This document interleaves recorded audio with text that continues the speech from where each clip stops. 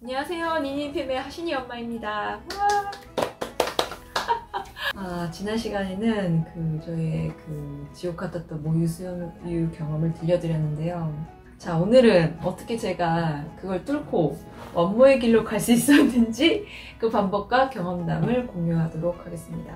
지난 시간에도 말씀드렸는데 저한테는 세 가지 어려운 점이 있었어요. 첫 번째는 하신이가 저를 잘 못 물어서 유두 보호기를 꼈어야 했고요. 두 번째는 제 가슴이 치밀 유방이라고 해서 유축기로는 유축이 안 되는 가슴이다.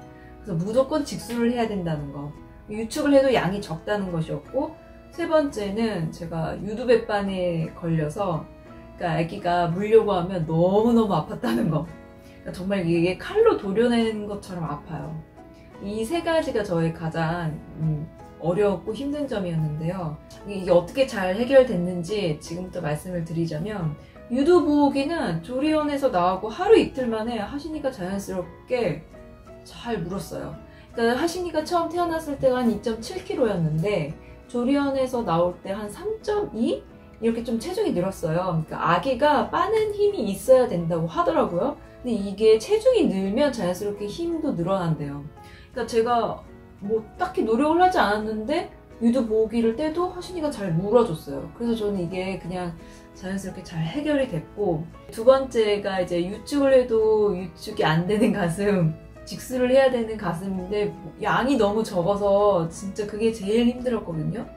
그래서 제가 모유양을 늘리기 위해서 제가 찾은 방법은 가슴 관리를 받는 거였어요. 출산을 하고 3주 정도가 지났을 때 친정에서 걸어서 한 10분 정도 거리에 전통 오케탄이라는 가슴 관리를 해주는 곳이 있다는 것을 제가 검색을 해서 찾았어요. 그러니까 저는 좀 약간 좀 반신반의하는 마음이었어요. 이게 가능한가? 지푸라기라도 잡고 싶은 심정으로 전화 예약을 해서 방문을 했어요. 그러니까 제 몸도 마음도 그냥 만신창이가 된 상태에서 전통 오케탄이라는 곳을 찾아갔는데, 거기서 이제 원장님이 말씀하시기를 제가 골든타임을 놓쳤다. 그래서 하마터면 이게 저 집 마를 뻔했다라고 말씀을 하시더라고요.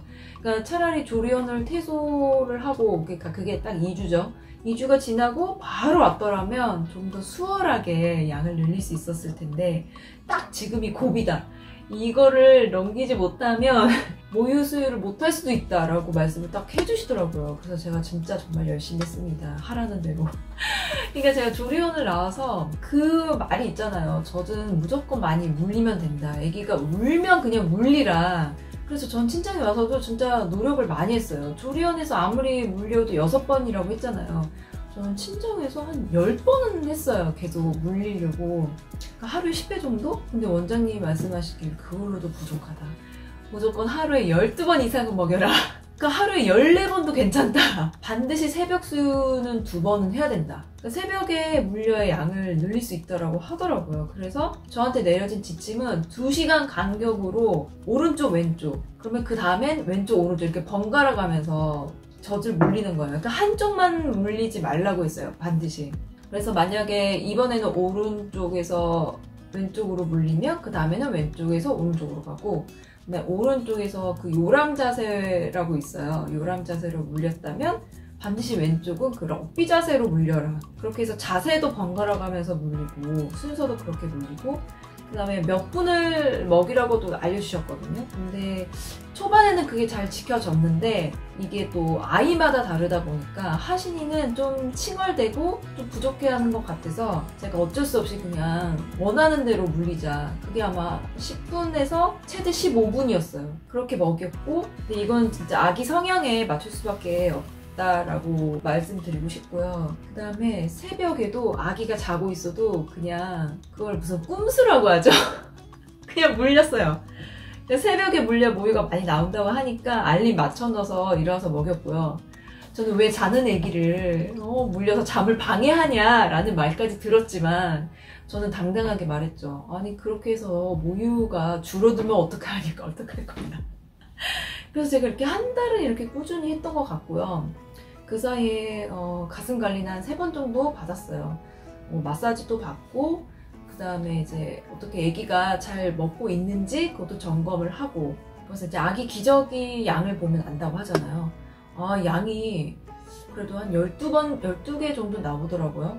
그래서 아기가 모유를 잘 먹고 있고 내 모유도 늘고 있구나를 제가 이제 느낀 거죠. 체감을 할 수 있었고 체중도 꾸준히 늘었어요. 이제는 분유는 안 먹여도 되겠구나 라는 그게 느낌이 딱 와서 이제 계속 완모로 갔고, 그 다음에 이 모유 양을 늘리는 동안에는 가급적이면 분유는 아예 안 먹였어요. 그러니까 분유를 먹이게 되면 확실히 아기가 푹 자요. 한 3시간은 자는 것 같아요. 근데 그 사이에 타이밍을 놓치는 거예요. 제가 모유를 먹일 수 있는 그 횟수를 놓치게 되니까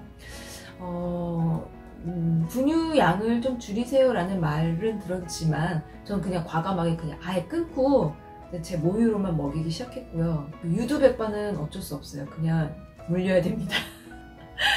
정말 진짜 아팠어요. 그러니까 아기가 저한테 다가와도 무서워가지고 제가 이렇게 움츠러들어요. 그냥 진짜 아픈 게 느껴질 정도로. 근데 제가 검색을 해서 깜짝 놀랐던 게 이게 바늘로 그 유두백반을 찔러서 제거를 한다는 분도 계셨거든요. 근데 그거는 위험하다고 하더라고요. 확실히 감염의 위험성도 있고 그런다고 제거가 되지 않아요. 또 재발하거든요. 그래서 저는 그냥 아픈 것도 참고 그냥 계속 물리다 보니까 어느 순간 없어지긴 했어요. 근데 이게 또 나중에 재발하고요. 사실 오래 가요. 그러니까 그냥 참을 만큼 참으면 이제 사라지는구나. 근데 그게 참기가 좀 쉽지는 않긴 하죠. 그래서 처음부터 모유수유를 할 때 제대로 물려야 돼요. 유륜까지 먹일 수 있어야 돼요, 그 아기가. 근데 이 젖 물리는 방법도 오케타니 하는 곳에서 알려주기는 해요. 그래서 저 같은 경우는 이제 하신이를 데리고 이제 직접 먹이는 것까지 제가 보이면서 이제 배웠고, 모유 그 수유 쿠션도 사람 체형에 따라 다 다르더라고 하더라고요. 저는 일단 평평한 것이 저한테 딱 맞는 거라고 해서 제가 계속 그걸 꾸준히 이용을 했고요. 그러니까 다시 정리를 하자면 모유 늘리는 방법은 많이 물리는 게 가장 정도다.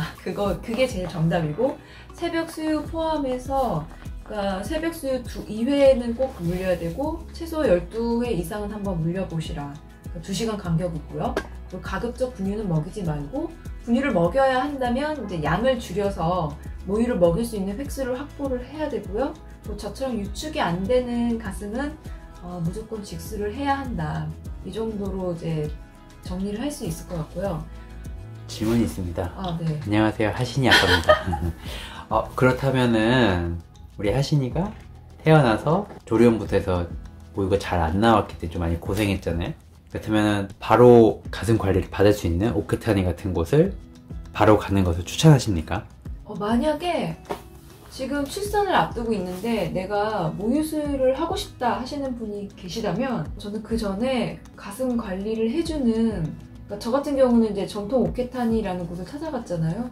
거기서는 산전 프로그램도 있어요. 그러니까 내 가슴 상태를 점검하는 거예요. 그러니까 내가 어느 정도 충분한 양이 있는지, 아니면 어디가 뭉쳐 있는지, 저처럼 치매 유방인지 아닌지부터 시작해서 확인을 할 수 있다고 하더라고요. 그래서 제가 만약에 2번째 출산을 하게 된다면 저 같으면 이제 미리 그런 곳을 찾아가서 산전 프로그램을 신청을 해서 받아볼 것 같아요. 그리고 만약에 조리원을 가겠다, 모유수유를 하고 싶은데 조리원을 가겠다, 저도 몰랐는데 24시간 모자동실이 가능한 조리원이 있다고 하더라고요. 만약에 제가 다시 돌아간다면 저는 24시간 모자동실을 찾아갈 것 같아요. 그럼 산전 그 교육을 받고, 네. 그 다음에 24시간 모자동실을 해서 하신이에게 모유를 계속 먹이겠다. 그런 네. 거죠? 네, 저는 참고로 저는 모유수유를 한 거에 대해서 굉장히 만족이 큰 사람이고요. 그리고 다행히 좋은 원장님들을 만나서 그 가슴 마사지 값이 아깝지 않았어요. 그러니까 이게 지역마다 차이가 있는 것 같은데 1회 가격이 8에서 9만 원 정도 하더라고요. 이게 싼 가격은 아니잖아요. 그 정부에서 주는 산후조리원비를 다 가슴 마사지 하는데 다 썼어요. 각각 3번씩 제가 받았더라고요. 그러니까 제가 간 곳이 그 정통 오케타니 하남 미사점이고 한 곳은 공덕점이에요. 그러니까 미사점에서는 제가 모유양을 확실하게 늘렸고요. 공덕점은 한 5개월에서 6개월 정도 되니까 제가 가슴이 뭉치게 되는 거예요. 이게 아무리 제가 뭐 해도 안 풀리는 거예요. 하시니까 빨아줘도 안 돼요. 그래서 이제 그걸 풀어주려고 갔었는데 정말 좋은 원장님이셨어요. 그러니까 한 3회 정도 마사지를 받고 나니까 제가 지금 11개월 됐거든요, 하시니까. 그 사이까지 제가 어디 뭐 뭉치거나 막힌 게 없어요. 그럼 제가 어디서 봤는데 분유수유를 하면 확실히 분유값이 들잖아요. 근데 모유수유는 그에 상응하는 마사지 값이 든다라고 누가 글을 썼는데 저는 그게 되게 공감이 되더라고요. 그러니까 이제 여기까지가 제가 이제 모유를 늘린 경험이었고요. 그러니까 제 경험이 절대는 아니에요. 그러니까 사람마다 다 다르기 때문에 그냥 제 상황은 참고로 들어주시면 좋을 것 같고요. 그렇다면 다음 시간에는 제가 생각하는 모유수유의 장점과 단점, 그리고 주의할 점이 무엇인가에 대해서 제 경험을 공유해보고자 합니다.